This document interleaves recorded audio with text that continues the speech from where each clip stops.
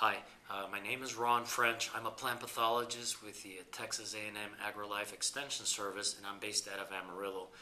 And what I'm doing in regards to Zebra Chip is me and my group, we're looking at management of potatoes and Zebra Chip using alternative methods or chemistries. Right now, the first line of defense against Zebra Chip is controlling the insect vector, the potato psyllid, by using insecticides. Biological controls can work, but it takes a long time, and then the insect has already transmitted the pathogen, the bacterium, into the plant. So what we're looking at is at three approaches. The first approach would be trying to control the pathogen using bactericides. And in the past few years, we've had pretty decent results, pretty good results actually, in using bactericides. The problem is, going to the next step, which is labeling such bactericides, and also doing not just efficacy trials in the field, but maybe also some trials in the lab to figure out how the antibiotic is working, or if there's a way to introduce the antibiotic into the plant, into the phloem, because this bacterium is a phloem-limited pathogen. We also have a second approach, and that approach is using a plant's defense response, something like a systemic acquired resistance or induced systemic resistance. And for that, we have used several compounds to see if the plant can actually trigger a mechanism to defend itself from the pathogen and the psyllid as well. So we're still working on that approach. We've had good years and bad years in terms of results, but once again, these are field-level trials, and we're hoping to be able to do some more laboratory studies in regards to this, to figure out if these systemic acquired resistance, plant defense response compounds work. Why is it working? Because year after year, there's differences in the field in terms of climate, disease pressure, insect pressure. So sometimes we do have to go to the lab to figure out why something works one year and not another.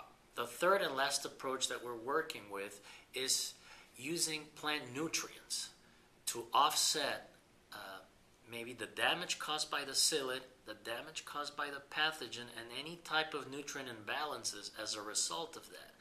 Then it might be also that applying pesticides might also have a harmful effect on the plant, some kind of phytotoxicity.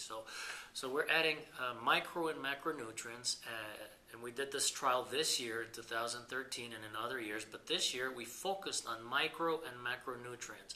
And a macronutrient is something that the plant readily needs, something like nitrogen, phosphorus.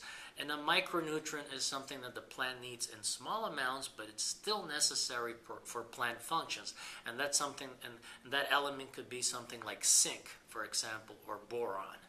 So this year we actually had very good results with a combination of micro and macronutrients that were applied bi-weekly after flowering on the potato. And what we found was there was a 30% total yield increase in comparison to the control, which is basically would be the grower practice. And in fact, we're doing these studies in a grower field. And it was actually statistically different. So that 30% increase in yield was statistically proven. And that was for the total yield. That includes any potatoes that are too large to sell, too small to sell, and might be used for seed only, and also the cold piles, anything with a defect or anything that's rotten.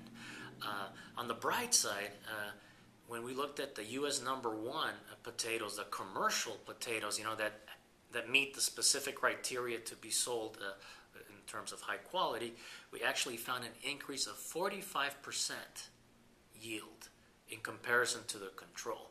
So what we do is we basically add these compounds, whether it's for plant defense responses, whether it's for a bactericide or plant nutrients, on top of what the grower's doing.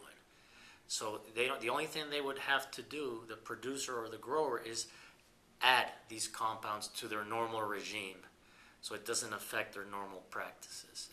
We hope to repeat these studies next year, get rid of what doesn't work, and maybe try new chemicals, new compounds, or new products out there. Ideally, we would love to work with compounds that are already labeled for potato, or maybe a very closely related crop like pepper, tomato, or another solanaceous crop. If not, it would take a little bit longer to label a product such as that. And luckily, after several years of work, we've had some interest from industry in getting some of these products labeled or at least tested initially. So that's great.